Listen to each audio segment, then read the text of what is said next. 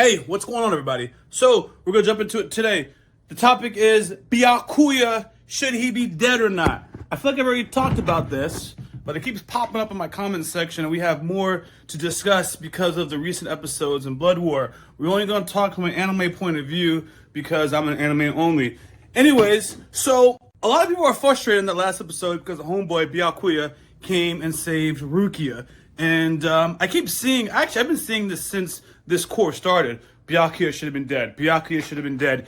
Even when I post something like, yo, I'm so happy about Byakuya, or man, he's such a well-written character, there's a group of people that always gonna comment, Byakuya should have been dead. So what's happening for me is just moving from just like, you know, something that people believe to like, people got a personal vendetta. Like they are irked at the very idea that this man is alive. It's almost like it ruins their lives. And that's why I'm making this video. Alexa, turn on the light in the studio. If it wasn't, you know, it's one thing to have the opinion, but hey, turn on the light in the studio. It's one thing to have this opinion, right?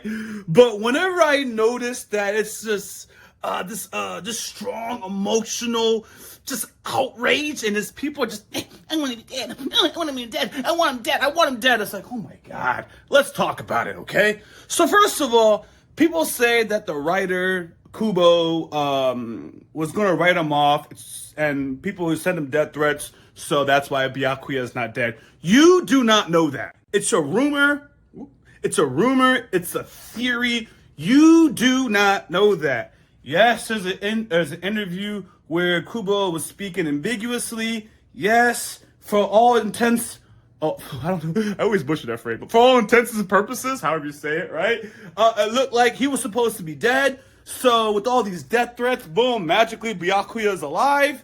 It doesn't matter how close or how similar or how strong your hunch is. You, and I repeat this, do not know that Byakuya should be dead. You think he was supposed to die. You strongly think he was supposed to die, but you don't even know. That being said, your frustration for the rest of time, you can have it because here, I have my frustrations, right? But you're just blowing smoke, okay? Now let's talk about the idea of should Byakuya should he be dead? First of all, a lot of my perspective has changed or is added because I started trying to write my own story. And one thing, when you first start doing your research on how to start your own story or whatever, is to actually, you know, post little snippets of things and take in the feedback of your community, right? So writers or authors have a plethora of ideas, and you have your grand goal of where you want with your story, but you have a lot of possibilities with characters as you're moving along, okay? And you might go with your hunch, or, you know, you get a lot of pushback from your fan base, you know? And there's people like myself that stop watching shows or products because a favorite character has died or got nerfed. I'm talking to you, Boruto. Anyways, people getting nerfed, like I lost interest in this because I was really into a character. So until it's put on ink and published, that unless the information is put on ink and published, it's not a fact. It's not canon or not. You know, it's just a possible direction that the writer or author could have chosen, and they happen to not. That's the thing with fiction. That's why, to a certain degree, your frustration is invalid. It's one thing if it says 100% the man is dead, and then pulled a Houdini and said otherwise. What I'm gathering is it was implied to many of you, assumed because of how it was depicted, but you never actually got that confirmation. You never, ever got it. That's what I have gathered. I'm ready to be corrected. I try not to go too deep so I don't find myself in spoilers. So a lot of it is from your own comments where I get this stuff from. So anyways, I don't think anybody should be in death threats, right? But people wanted Byakuya to stay alive and they petitioned, right? And y'all who wanted him to be dead, you should have petitioned to keep him dead, but you didn't, right? So the writer kind of was like, okay, maybe I'm not going to kill this character off. That's a possibility, assuming that he was. That's no reason to be outraged, because it's normal in the creative process to make a change, right?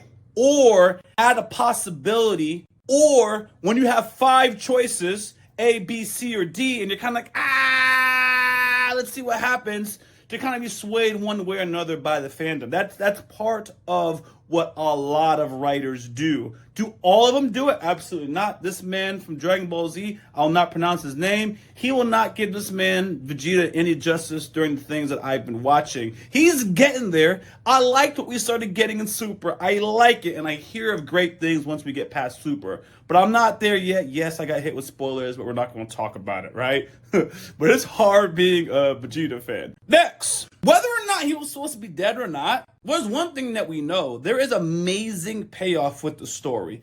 This is a fact, what I'm going to tell you right now. If Byakuya had died, there was a missing part with him and Rukia's story that we would never have got unless they built in flashbacks from the anime perspective, right?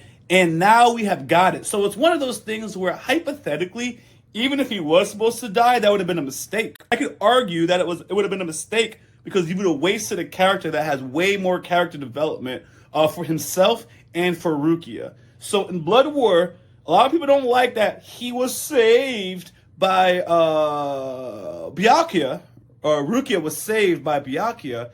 I'm okay with it. First of all, I'm a Byakuya fan, so I'm okay with it. But the next point is he actually added value to the story.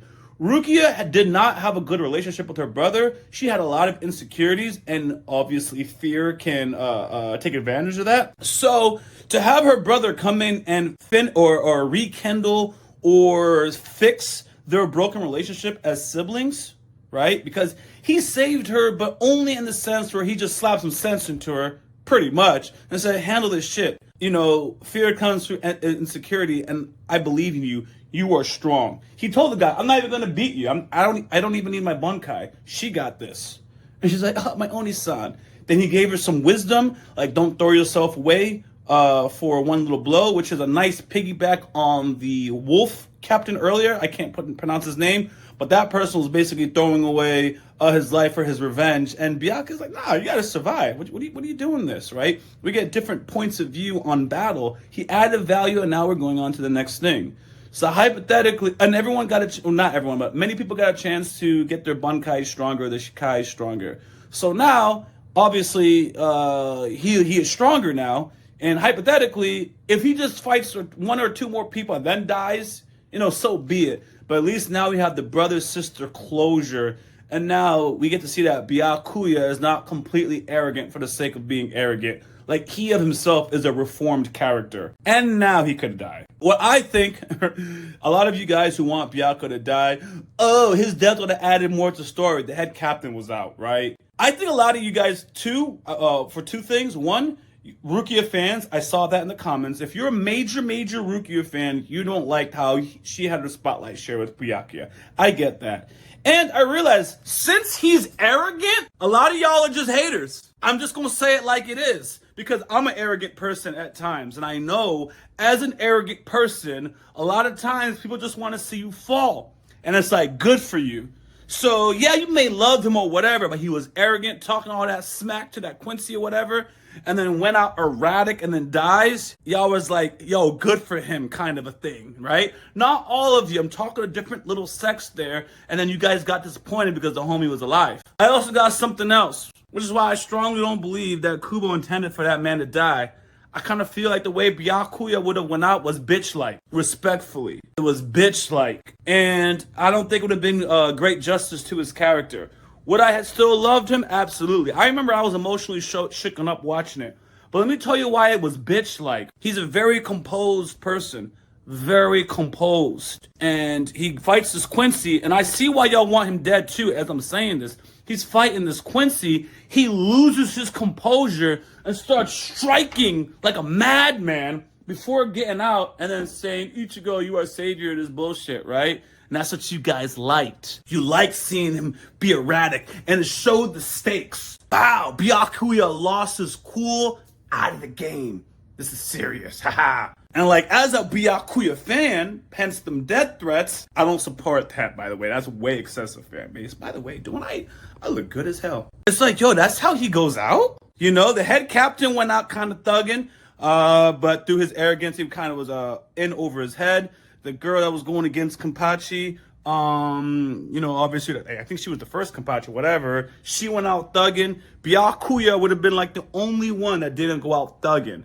Even that dude that was with the head captain, one of the first people to get taken out, I think he went out borderline thugging, with the exception that like it was quick for him. Like, damn, it was quick for him. And I get it. It sets the stakes. It sets how hard these Quincy's are supposed to be. But I'm really ending this to show that, yo, writers have multiple journeys, multiple plot points. When I look it up, you know, you have where you're going to go, like pretty much a lot of what Ichigo's going to do, what's going to happen, how we're going to beat this, the head of the Quincy's. I'll never be able to pronounce his name properly.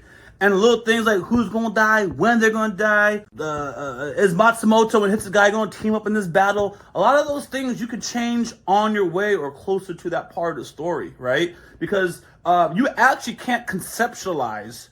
Could you imagine if Oda knew every single chapter of One Piece at any given time? He has a great thread how he puts this stuff together and starts anticipating things, but there's a lot of things that you don't know until like next month. You get an idea, but that's how you don't rush an ending. We know of stories where they rush the ending and you don't have a good chapter. In fact, at the time of this recording, I don't have the spoilers, but I am just hearing that Black Clover is entering its final chapters and being rushed, and people are not liking it. In fact, I think that's something that happened with Kubo. Somebody told me about Kubo. There was something in Bleach that got rushed. I think it is Blood War. And you have to kind of tweak whatever he was going to do, or he didn't finalize it, but somebody rushed his ending. That's the information that I have. That is proof that things change as it is. I think the same thing borderline happened in the Fullbring arc. So there's tons of things that was supposed to happen or was not supposed to happen, but then a change was implemented and here we are. Or I don't know how much of things were foreshadowed, but a good writer doesn't put himself in a corner and can piggyback on things that he's opened up in the beginning of the story and then create some brand new concept which he wasn't 100% sure he was going to execute. So again, the fact that you have so much outrage on the very idea that Byakuya was supposed to be alive or dead is a grain of salt in the grand scheme of so many things that wasn't going to happen but ended up happening, but you just happen not to know that. The Byakuya one was just a big deal because obviously the fan base, and even myself, y'all already know. In Oshinoko, I'm not going to spoil it, but there was some girls talking about taking herself out. I laughed my ass off.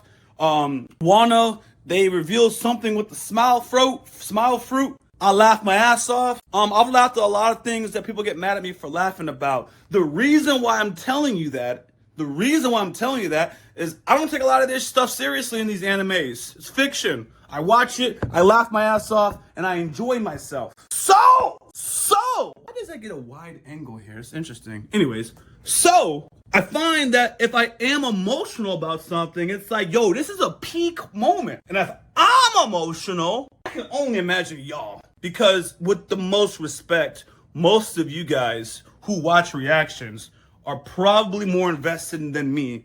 Because for starters, you watch reactions, you watch the anime, and you watch multiple people react to that same thing, which only tells me that you're invested in that. I can't take that from you. There's no way that I come here as a blind reactor and sit on my high horse and say that I'm more invested than you. That can't be the case. And you're reading the manga. You can't even wait. You read the manga. You knew it was going to happen, and you've been waiting a decade for us to get to this point and then finally watch it with people like me. So I know y'all are invested. Despite my tone in the beginning of this is not to be condescending on those people that want to Byakuya dead. They have an investment in the story and they've been here for a long time. This was a divisive moment. And here my ass is coming in 2023, finally catching up to the party and joining in on this age-old divisive moment, right? So we're going to end this with 100% total respect. Though I defer in my opinion, man, I love y'all and I respect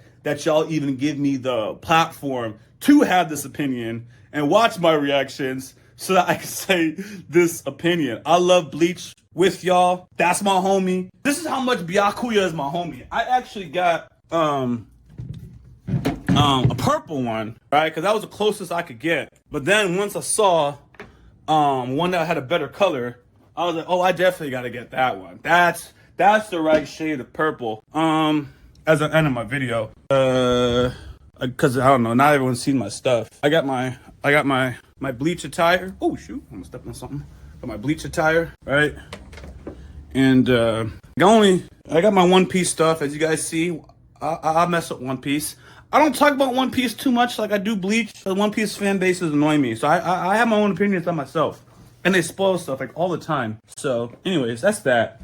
I got my Bleach box sets. I take it seriously. I rock with Kaiba, so I get my Blue Eyes White Dragons always next to me, and I got Obelisk Tormentor always next to me when I'm recording. I got my Lionel Thundercat sword. I really like the Thundercats. And of course I got my homies. I got Pharaoh, one of the greatest protagonists of all time because he ain't a bitch, straight up. I got my boy Oden-sama. I got my ladies I care about. Obviously I have my figures. I even got an outlet. This outlet's supposed to be for my daughter. She wanted to throw it away because she outgrew it. But now it has sentimental value to me. So I don't want her to be thrown away. So I keep her when there's a scary moment. I pull up outlet. You already saw my figures. And I got the villains, the House of Villains over here. Here's some dope people. In my manga, I didn't even show you, I focus on Bleach. I got Eminence of Shadow, it's my favorite isekai. I tried to give Mushoku Tensei a shot. This stuff was a little sus to me, so I stopped. I just bought the one. Of course, I got Miss Nagatoro shit. That's sus too, but I watch it for different reasons. I just think it's a good story. I didn't even open it. I just want to have it in my collection because I support the story. My Dress Up Darling, I don't even open it. I just support the story, so I got that. A lot of these things, I try to get like the source stuff or a little couple figures just because like in my heart, I feel like I support the series. You know, I don't just do reactions and I just walk away, but I got you. Like it really stays in my heart on my own time. And since I'm by myself like all the time, I find it cool to kind of look around and like, oh, this is my people, this is my collection, and I feel at peace. So that's where I am in this anime journey with you guys. I don't know why I got sentimental at the end. But I do love 80% of you guys. It's the loud minority that is annoying as hell. It's like, God, and you guys do not represent the fandom. I think that's what it was. It clicked towards the end of the video that I was like, there's a lot of you guys that are just loud, but you don't truly represent the fandom. That includes the One Piece, etc., etc. A lot of you guys are just happy, just watch the video, go about your way, or you say your nice comments, but someone says some toxic shit and just overwrites anything nice that you had to say. So, anyways, damn, I got soft. I'm a bitch. I used to be gangster. I'm active on Twitter. I'm active on Instagram. If anyone wants to fuck with me, I'm trying to get my gangsterness back. I comment back. You can tag me in things that are cool. No spoilers. I like foot pictures, Nico Robin pictures, and cool updates. But don't hit me up with any spoilers. I may not even have time to talk back. I'll just drop a heart and I saw it. Much love. Bye.